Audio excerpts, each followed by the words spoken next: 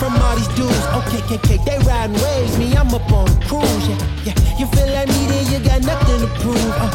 I see him trying to do what I do. Yeah. Even Mick Jagger couldn't move like a moon. Yeah. You think you're how it look, I'm up on the moon. Yeah, got fresh to death in the different type of attitude. Don't decide, got my power from the Beatitudes. Bonjour à tous les amis, j'espère que vous allez bien. Cette semaine, je vous présente l'essai de la nouvelle BMW M5 Competition avec un V8 4 litres 4 de 625 chevaux. Autant vous dire qu'à son volant, vous n'aurez pas le temps de regarder le paysage. Dans cet essai, je vais commencer par vous présenter ses caractéristiques extérieures, puis intérieures et enfin, je vous donnerai mon avis sur son comportement routier. Sur YouTube, n'oubliez pas de vous abonner et d'activer la cloche. Pareil sur notre compte Instagram, Le Vendeur Automobile. Et moi, je vous dis à tout de suite.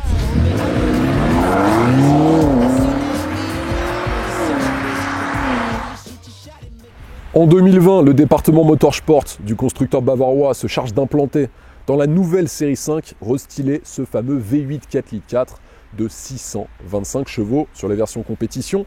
Pour rappel, en France, les versions classiques de la M5 ne sont pas disponibles. Avec le moteur de 600 chevaux, il n'y a que les versions compétition qui ont 625 chevaux, tout comme d'ailleurs sur le X5M, X6M et aussi la M8 compétition que je vous avais déjà présenté sur notre chaîne YouTube. Malgré ces prix assez stratosphériques, le département Motorsport cartonne en termes de vente dans le monde, puisqu'en 2019, il s'est vendu 135 000 BMW Motorsport à travers le monde. C'est 30 000 de plus qu'en 2018 tout de même. C'est vrai que ce sont des voitures assez discrètes, qui ont souvent des carrosseries dans lesquelles on implante des moteurs diesel avec 200, 250 chevaux, maximum 300 chevaux. Mais là, avec des puissances comme ça, on vient directement en concurrence de supercars avec des puissances qui dépassent les 600 chevaux. Un petit peu d'histoire. BMW Motorsport, c'est la filiale sportive de BMW qui a été créée en 1972 à Munich. Mais il faudra attendre 1984 pour voir apparaître la première génération de la M5, c'était la E28. En 1988, la deuxième génération arrive. Et c'est vraiment celle qui a lancé le mythe de cette berline ultra sportive. C'était la E34, avec dans un premier temps un 6 cylindres de 315 chevaux, puis 340 chevaux qui a été décliné en berline, mais aussi en break, avec toujours cette désignation E34. Vient ensuite celle dans laquelle, pour la première fois, on voit un V8 de 400 chevaux, c'était la E39, qui était aussi présent dans la voiture de James Bond, la BMW Z8. Quelques années après, là par contre, on commence vraiment à attaquer sur un moteur de F1. En 2005, BMW sort la E60 avec un V10 cette fois-ci. Oui, un V10 de 507 chevaux. Pour ceux qui connaissent ce modèle, vous avez déjà vu beaucoup de vidéos qui tournent sur Internet. C'est simple, c'est une voiture, quand vous la voyez passer, vous avez l'impression d'être aux 24 heures du Mans ou sur un circuit de F1 en train de voir une voiture de course. C'est un moteur juste hallucinant. Cette voiture, elle existait uniquement en Europe avec la boîte automatique SMG, mais il faut savoir qu'aux États-Unis, elle était aussi présente avec une boîte mécanique. Et ouais, ça je l'ai appris il n'y a pas très longtemps. C'est vrai qu'avec une boîte SMG, la boîte SMG elle est assez lente, mais une boîte méca par contre, là, on a de vraies sensations de BMiste. En revanche, celle-ci, elle est assez chère. Haute génération, c'est à partir de 2012, la M5 F10. Alors la F10, là il y a un downsizing. On passe d'un V10 à un V8 de 4 litres 4 qui développe 560 chevaux tout de même. Donc là on gagne 50 chevaux par rapport à la E60. Et en 2017, nouvelle génération, la F90. La F90 qui arrive avec toujours un V8 4 litres 4 qui monte à 600 chevaux pour les M5 classiques et 625 chevaux pour les M5 compétition. Celle-ci, la M5 LCI pour Life Cycle Impulse, reprend les mêmes motorisations que la F90 première phase, avec toujours ce 600 chevaux pour les versions classiques et la version compétition que j'essaye aujourd'hui avec ses 625 chevaux. Sur l'extérieur, commençons par la face avant. Déjà, on a ce capot avec ses lignes saillantes qui accentuent ce côté agressif de la voiture, qui se finissent sur cette calandre qui a été entièrement redessinée, qui est positionnée plus bas. On a des feux avec une nouvelle signature lumineuse avec ce double L.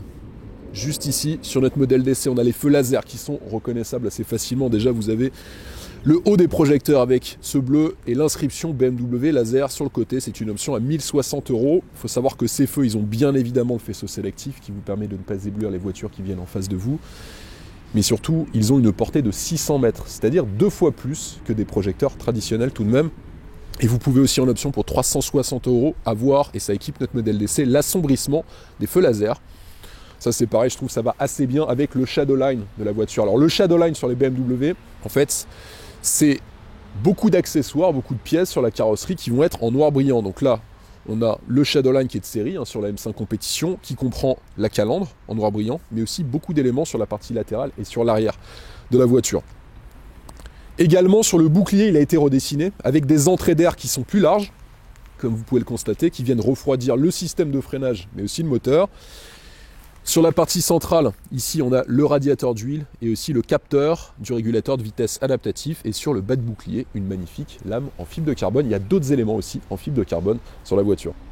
Il y a 11 teintes de carrosserie proposées, dont 7 qui sont gratuites, comme ce Motegi Rhodes qui lui va très bien, surtout avec ce contraste de toutes ces pièces qui sont foncées, que ce soit les jantes, l'encerclement des fenêtres, mais aussi d'autres éléments à l'arrière et à l'avant de la voiture avec ce pack Shadowline brillant qui est de série sur cette M5 Compétition. Il y a aussi d'autres teintes de carrosserie qui sont proposées qui ne sont pas gratuites, comme le Frozen Bluestone métallisé. Sur les pneus, Michelin Pilot Sport 4S, bien sûr, sur ces voitures. Je pense que c'est le pneu le plus utilisé sur des berlines haute performance, comme sur la Panamera Turbo S que j'avais essayé il y a quelques semaines sur notre chaîne YouTube. Sur les jantes, 3 modèles de jantes proposés, une taille de 20 pouces. Là, on a les styles 706M avec ce coloris Jet Black qui lui vont à la perfection, je trouve. Perso, j'adore. Sur le système de freinage, un système de freinage en acier de série avec les étriers de frein qui sont de couleur bleu estoril. Vous pouvez en option avoir les freins M Composite pour quelques centaines d'euros. Là, vous pourrez avoir 2 couleurs d'étriers de frein, noir et aussi rouge. Sur notre modèle d'essai, on a les noirs qui sont badgés sur les 4 étrier de frein M Motorsport. En option, et ça diffère du système compétition que je vous avais présenté, vous pouvez avoir le système de freinage en carbone céramique pour 8 900 €. Alors c'est cher, mais c'est moins cher que sur les Audi RS7 Sportback que je vous avais présenté, parce que là, c'est 10 000 € chez son concurrent. Donc 8 900 €, à ce prix-là, vous aurez un système de freinage plus efficace, avec une meilleure endurance. Je vais y revenir en détail sur la partie de l'essai routier. Mais surtout, vous gagnez 23 kg tout de même sur la balance. Les appendices aérodynamiques ne sont pas factices sur la M5, comme cette ouïe latérale, badgée M Compétition, toujours en noir brillant. En noir brillant, grâce au pack Shadowline, vous avez aussi l'encerclement des fenêtres. Ça, c'est assez joli. Sur les rétroviseurs en fibre de carbone. Alors ça, moi j'adore la fibre de carbone sur des voitures exclusives comme la M5 Compétition, ça lui va très bien. Avec ce design spécifique à la M5, vous n'avez pas les mêmes rétroviseurs sur les séries 5 standards. Alors, cette mode du rétroviseur spécifique aux versions M, la première qui l'a lancée, c'était la BMW E36 avec son moteur de 2,8 litres puis 3,2 litres qui avait des rétroviseurs en double partie. Eux aussi, par contre, ils étaient reliés sur les 2 parties à la carrosserie. Ce n'est pas le cas sur la M5 Compétition puisqu'il n'y a que la partie basse qui est reliée au corps de la voiture.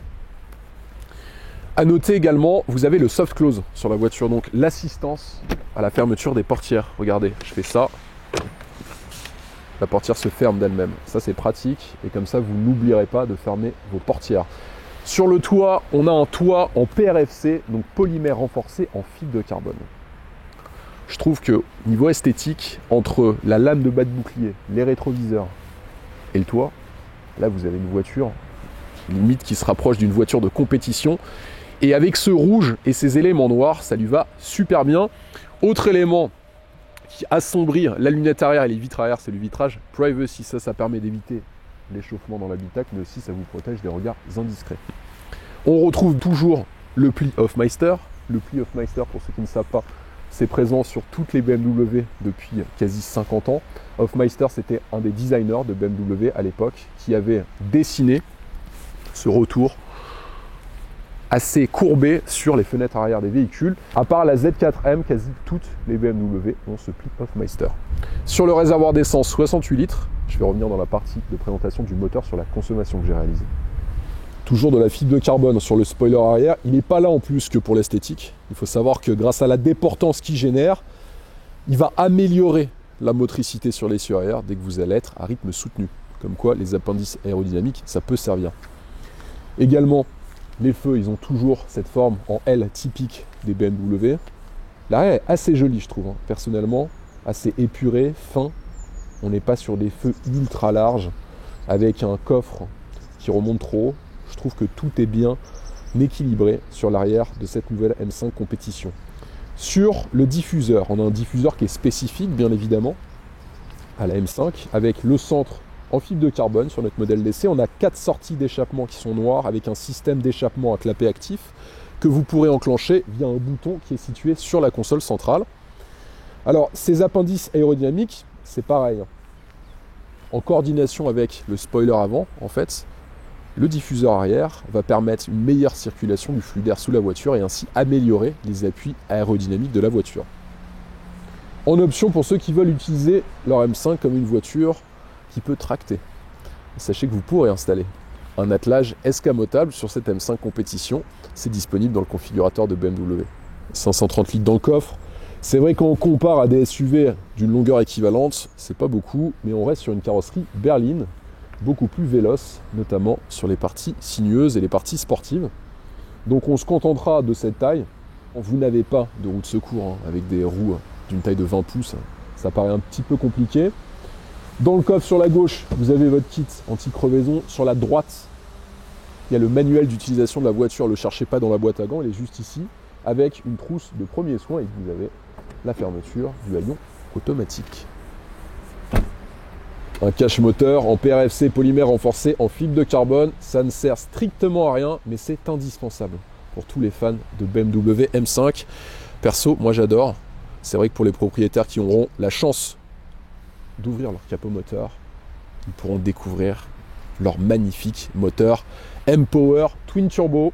Alors avec 625 chevaux, 750 Nm de couple, vous vous en doutez, les performances sont au rendez-vous. 0 à 100 km/h, 3,3 secondes, 0 à 200, 10,8 secondes, 250 km/h limité en vitesse de pointe. Et si vous prenez le pack M-Driver, là vous relèverez la vitesse max de 250 à 305 km/h. Alors c'est une voiture sur circuit qui est assez performante, puisque sur le Nürburgring, la F90, la M5 F90 phase 1 avait effectué un temps de 7 minutes 35.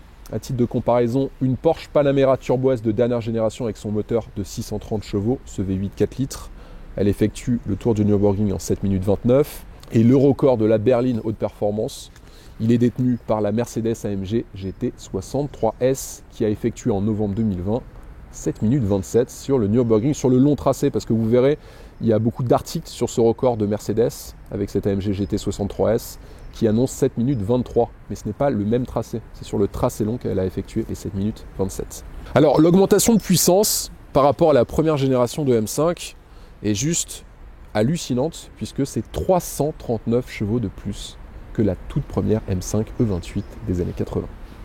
Une consommation mixte annoncée par BMW à 11,2 litres au 100 km. On a constaté sur nos 700 km d'essai une consommation moyenne de 14,2 litres. Alors je vous l'avoue, c'est vrai, lorsque j'ai 625 chevaux sous le pied droit, j'utilise le moteur. Donc sur la consommation moyenne, ça va être difficile de faire les 11,2 litres annoncés par BMW.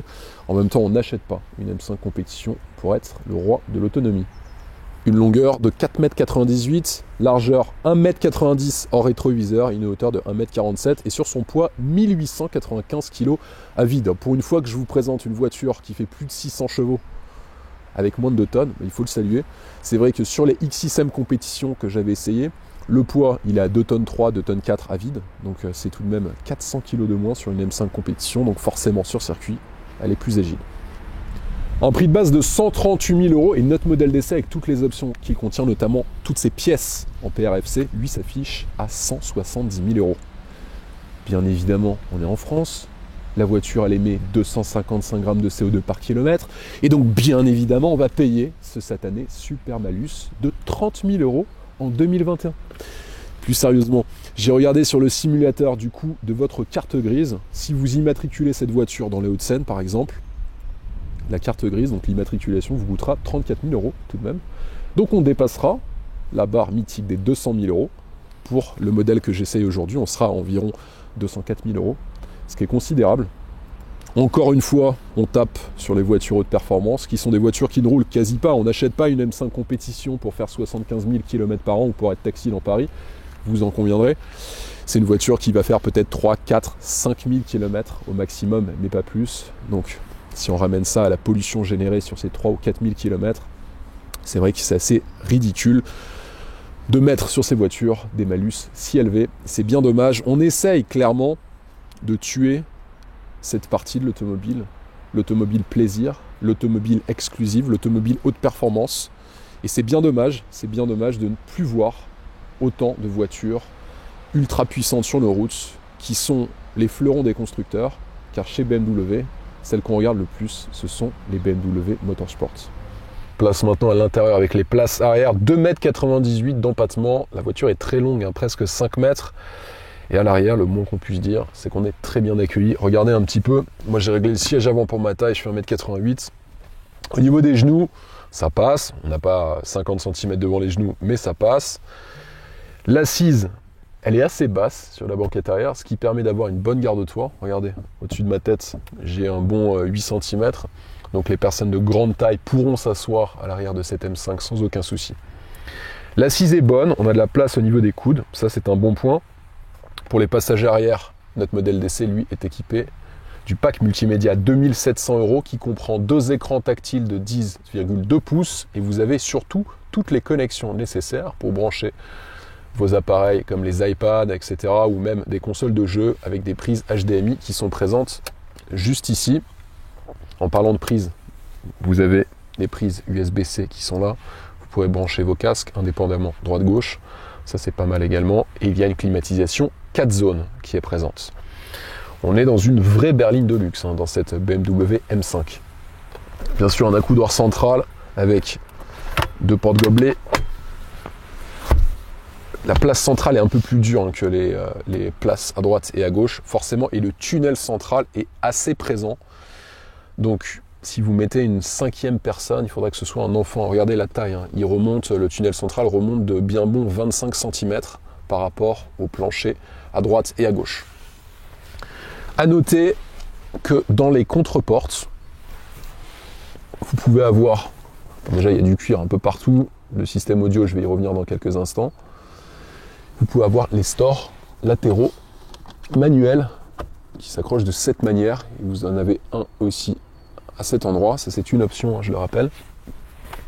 Petit détail qui reprend les couleurs Motorsport, regardez les ceintures avec ce bleu et le rouge de la filière sportive de BMW et vous avez même les seuils de porte à l'arrière qui sont badgés Motorsport. Dans notre version, on a le toit que je vous ai montré tout à l'heure en polymère renforcé en fibre de carbone. Mais si vous ne prenez pas cette option, vous pourrez opter pour un toit ouvrant panoramique qui apportera beaucoup de lumière. Car je vous le dis souvent, moi les ciels de toit en Alcantara comme sur la M5 compétition, c'est splendide. Mais le problème, la contrepartie, c'est que ça crée un sentiment d'engoncement lorsqu'on est dans cette voiture, surtout pour les passagers arrière. Donc si vous souhaitez avoir un puits de lumière, il ne faudra pas prendre le toit en PRFC, mais opter pour le toit ouvrant panoramique. Sur les contreportes, du cuir, juste ici avec des surpiqûres claires. On a des inserts en fibre de carbone avec également des inserts en noir brillant juste ici. Et puis, vous l'aurez peut-être remarqué, on a une lumière qui est positionnée entre le cuir et l'insert. Les commandes ici pour enregistrer le réglage de vos sièges électriques. Et avec cette commande, là, vous pourrez activer le massage de vos sièges. Les commandes de lave-vitre, c'est normal. Et ici, la commande pour déployer le store de lunettes arrière. Les enceintes du système Bowers et Wilkins. Ça, c'est une option à 3 600 €. Donc là, vous aurez 16 haut-parleurs, 1400 watts de puissance tout de même. Si on va sur les seuils de porte, ils sont badgés M5 compétition. Ils sont rétro-éclairés. Vous avez même les tapis de sol qui sont badgés M Performance.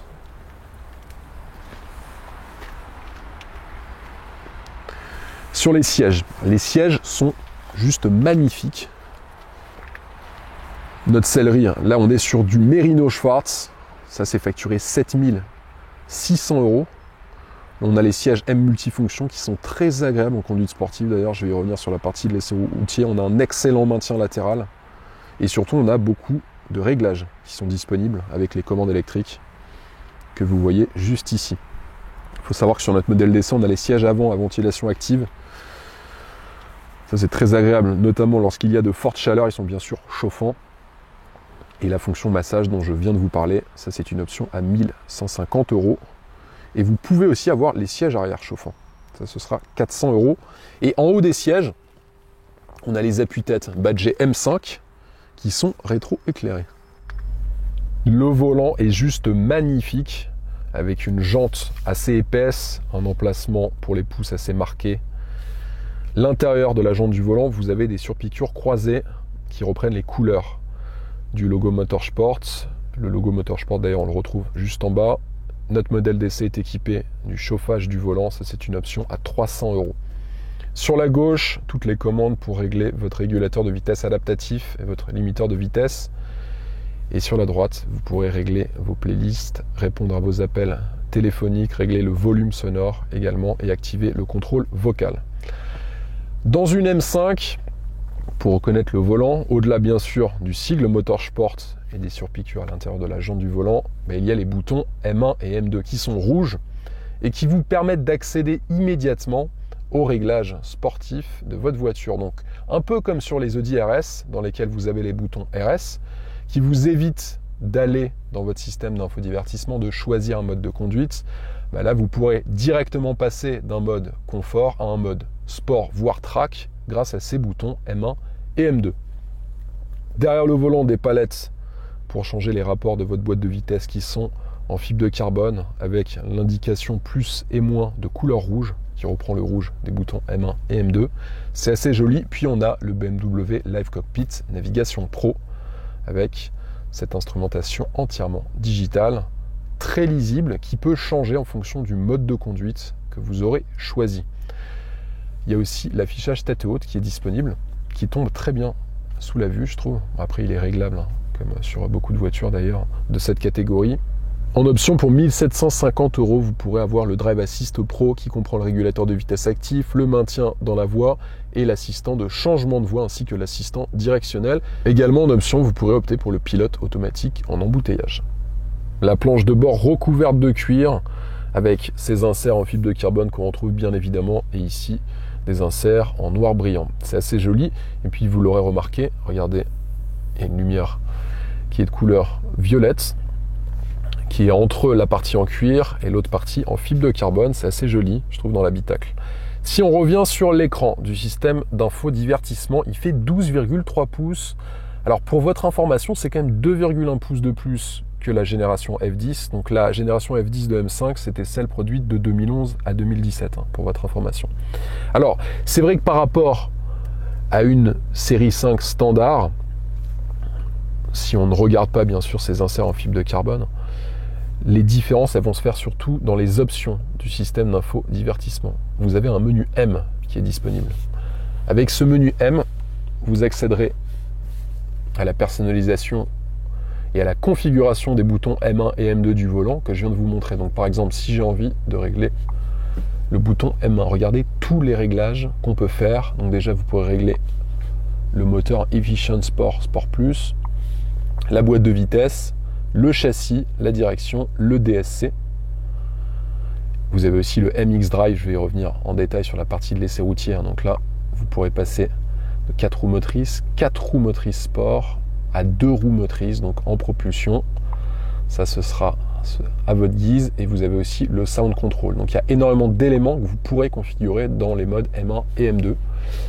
Il y a aussi l'affichage tête haute.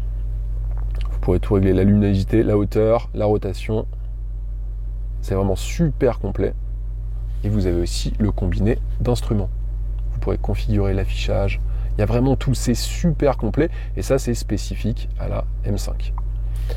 Si on descend un tout petit peu, les commandes standards d'une série 5 avec ici les commandes du système audio, le réglage juste en dessous de la climatisation et du chauffage du véhicule, l'activation de la ventilation des sièges et du chauffage. Ici également en dessous, finition en fibre de carbone, recharge par induction, 2 portes gobelets qui ne sont pas thermorégulés. Il y a peu de place d'ailleurs pour mettre votre smartphone sur le système de recharge par induction.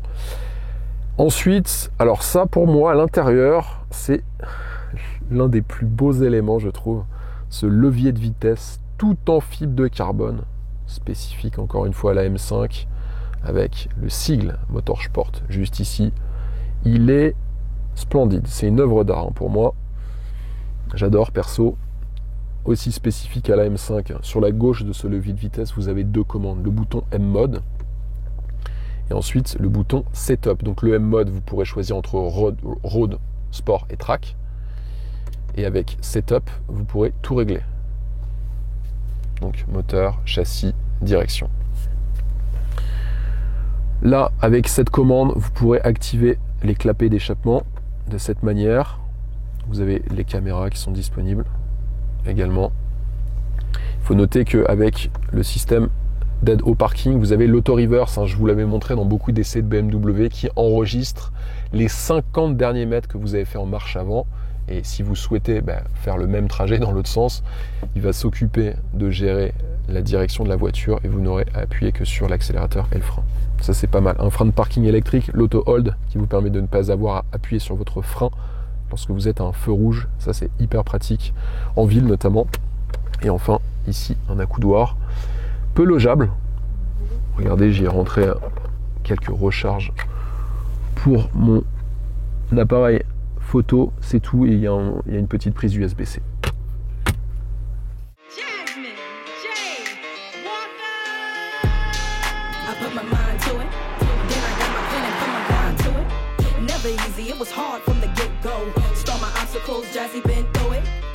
Place maintenant à l'essai routier. Un temps pas très clément aujourd'hui. Regardez la visibilité, je pense qu'on voit à peu près 150 mètres. Heureusement qu'on a des bons freins. Sinon, ce serait difficile de rouler avec cette M5 compétition. Première chose dont je souhaitais vous parler, c'est bien sûr la boîte de vitesse. Une boîte de vitesse à 8 rapports, M Steptronic. Il y a des palettes pour changer les rapports de cette boîte de vitesse qui sont en fibre de carbone avec l'indication plus et moins au cas où vous inverseriez le sens de passage des vitesses. Ça, limite sur une voiture aussi performante, c'est quelque chose de normal. Par contre, il y a quelque chose spécifique à la M5 compétition, c'est le système Drive Logic. Le système Drive Logic, il vous permet sur votre levier de vitesse, sur la console centrale, parce que vous pouvez aussi changer les rapports avec ce levier de vitesse, il vous permet de régler la réactivité de la boîte de vitesse. Il y a des commandes qui sont tout en haut de ce levier de vitesse. Regardez, je vais y appuyer ici. Voilà. Et là, en fait, je vais régler la réactivité de la boîte. Donc là, je suis sur le niveau 3. Donc la boîte est super réactive. J'ai un temps de passage hyper rapide. Et si je veux une boîte de vitesse plus souple, plus efficiente, je me mets en mode 1. Là, je suis en mode 1. Là, je vais accélérer. Regardez. Donc là, on a un temps de passage. En fait, on a les vitesses qui se passent de manière beaucoup plus douce que si vous vous mettez sur le mode 3. Alors, pour voir l'efficacité de ce système Drive Logic, il faudra aller sur circuit, sur route ouverte, comme sur ces magnifiques routes du VEC5 que vous commencez à connaître, c'est un petit peu difficile. Mais BMW a mis un point d'honneur à proposer une technologie en phase avec la puissance et la philosophie de la voiture. Je vous avouerai qu'avec une météo aussi mauvaise qu'aujourd'hui, le système MX Drive n'est pas de trop sur cette BMW M5 compétition. Alors, un petit peu d'histoire. Le premier modèle BMW à avoir eu une transmission intégrale, c'était la 325iX en 1985. Mais ce n'était pas la technologie X-Drive qui est apparue, elle, en 2003. En 2003, les premiers modèles qui en ont bénéficié, c'était le X3 et le X5. Il y a eu aussi la série 3 qui a bénéficié d'une transmission intégrale. Le système X-Drive M, qui est présent sur le modèle que j'essaie aujourd'hui, c'est un système de transmission intégrale intelligent. Je m'explique. Vous avez la possibilité de choisir entre 3 types de transmission. Le premier type, c'est celui de base, par défaut, c'est le système X-Drive. Vous avez un système X-Drive Sport qui là va vous permettre d'avoir un système beaucoup plus réactif, beaucoup plus véloce, beaucoup plus sportif, et que vous pourrez utiliser sur circuit. Et puis, il y a le Graal, la propulsion. Car vous pouvez vous mettre en 2 roues motrices avec cette M5 compétition. Et c'est vrai qu'on aime les BMW aussi et surtout pour le fait qu'elles savent très bien glisser sur circuit. Vous faites ça sur route fermée, pas sur route ouverte, les amis, bien sûr. Et les anciennes générations avaient ça. La E60, par exemple, la E60 avec son V10, c'était une version uniquement propulsion, mais avec ces augmentations de puissance, il était nécessaire pour BMW de passer au système xDrive. Mais la voiture perdait un petit peu de son âme. C'est pour ça que les ingénieurs de chez BMW ont décidé de proposer ce système qui peut vous faire switcher de 4 roues motrices à 2 roues motrices en un simple clic sur une commande via le système M de l'infodivertissement. Regardez, vous allez là-dessus et là vous pouvez choisir M xDrive, 4 roues motrices sport ou 2 roues motrices.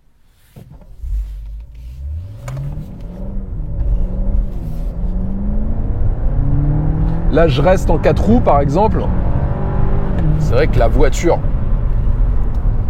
motrice très fort. Alors, on a des aides à la conduite qui vous aident énormément. Mais on se sent rassuré, en tout cas, avec un système à 4 roues motrices, notamment sur chaussée humide. Car pour passer 625 chevaux au sol, lorsque vous êtes sur les seules roues arrière, accrochez-vous bien. Sur les performances, 0 à 100, 3 secondes 3, comme je vous disais tout à l'heure. 0 à 200, 10 secondes 8. C'est 1/10 de mieux que l'Aston Martin DBS Superleggera avec son V12 de 725 chevaux que je vous avais présenté il y a quelques mois. Et pour ceux qui ont regardé notre essai de la DBS, je vous avais déjà parlé de cette puissance qui ne se termine jamais, de cette vélocité omniprésente de l'Aston Martin. Je trouvais ça incroyable. Cette voiture, elle accélère encore mieux. C'est vous dire la rapidité de cette berline ultra performante. Le 0 à 200 km/h sur une Porsche 911 type 992 Turbo S, c'est 9 secondes. C'est-à-dire que vous êtes à peu près 1 seconde 5 d'une des références des sportives en 2021.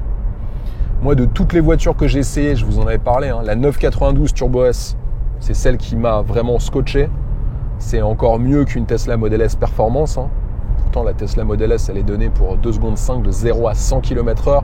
Au-delà de 100 km/h, c'est vrai que les voitures électriques sont moins performantes que des thermiques avec plus de 600, 700 chevaux. Donc, cette M5 compétition, elle est hyper véloce. C'est une berline, je vous le rappelle. On n'est pas sur une Porsche 911. C'est une voiture qui pèse 2 tonnes à vide. Une Porsche 911 Turbo S, c'est environ 1 tonne 7 sur les versions coupées. Donc on a 300 kg de moins, ce qui joue forcément dans le chrono. Donc c'est une fusée 0 à 100 en 3 secondes 3. On est sur les performances d'une Lamborghini Huracan. Une Porsche Panamera Turbo S, la dernière que j'avais essayée avec son moteur de 630 chevaux. Là on est sur 3 secondes 1.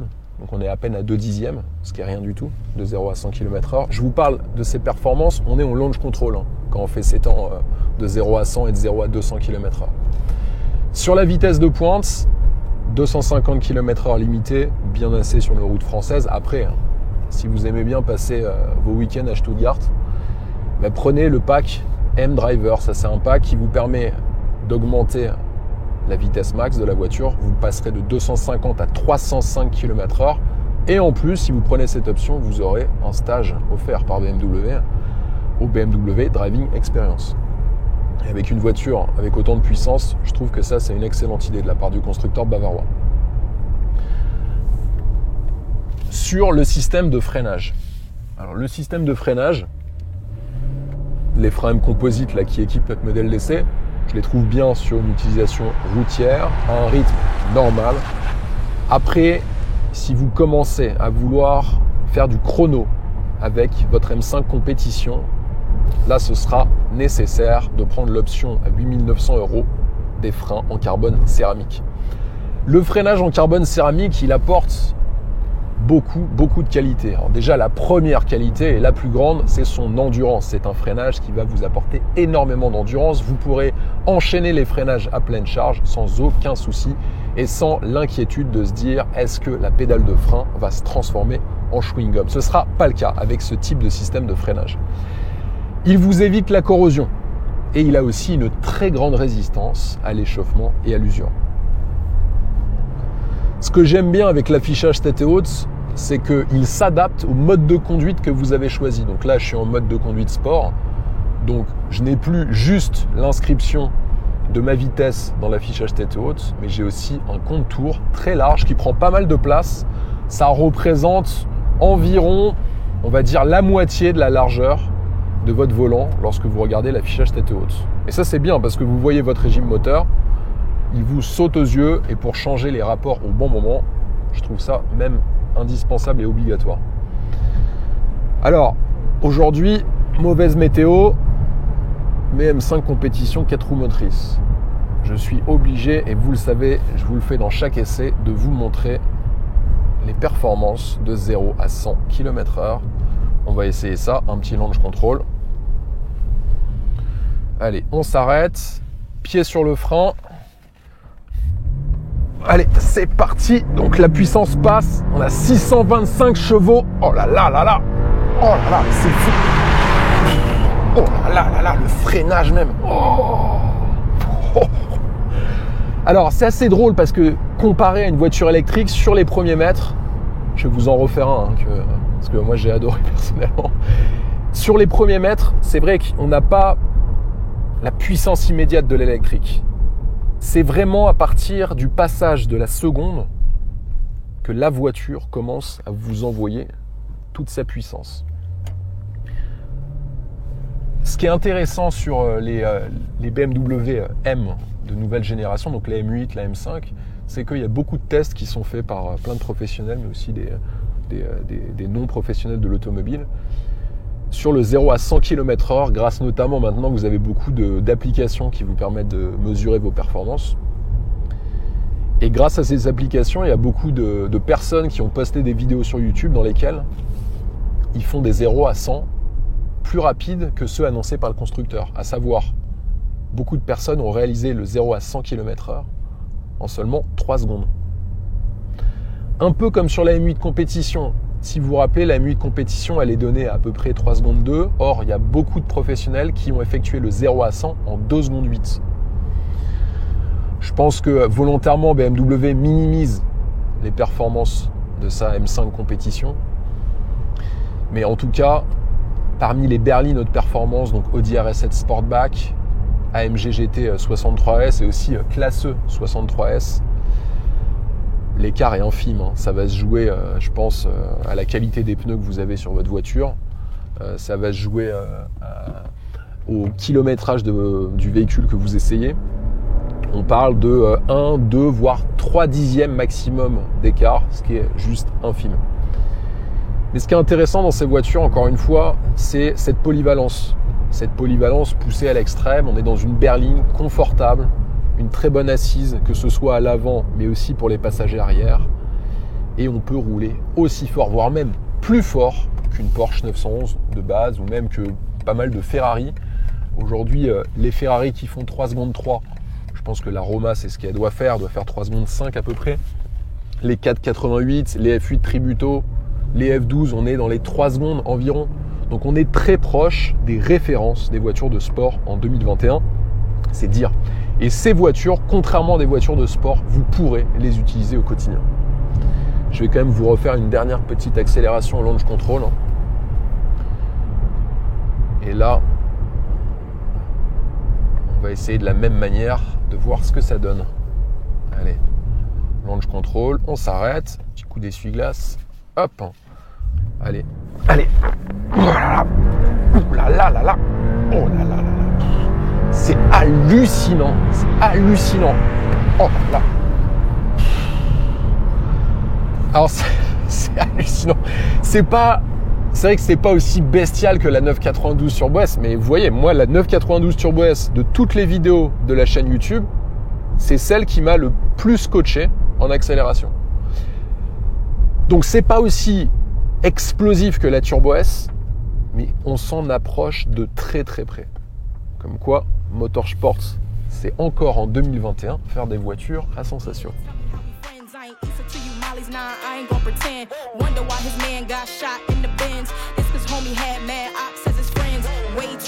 To be caught slipping, thick thighs from eating chicken wings and french fries, big brown eyes make a grown man cry, something like Tyra, I know how to smile, and that's why some fast nigga come here, see them over there. Pour conclure l'essai de cette incroyable BMW M5 compétition, j'ai retenu parmi ses défauts une liste d'options encore très longue et des options chères à ce niveau de prix, et ce satané super malus de 30 000 € à partir de 2021 en France. Heureusement, je vous rassure, elle a beaucoup de qualité. Ça commence par des performances de supercar, une finition irréprochable et cette fameuse transmission MX Drive qui vous permet de passer de 4 à 2 roues motrices en propulsion. Les amis, sur YouTube, c'est chaque vendredi à 17 h. Je vous présente un essai détaillé, donc abonnez-vous et activez la cloche. Pareil sur notre compte Instagram, Le Vendeur Automobile. Et moi, je vous dis à la semaine prochaine. Allez, ciao!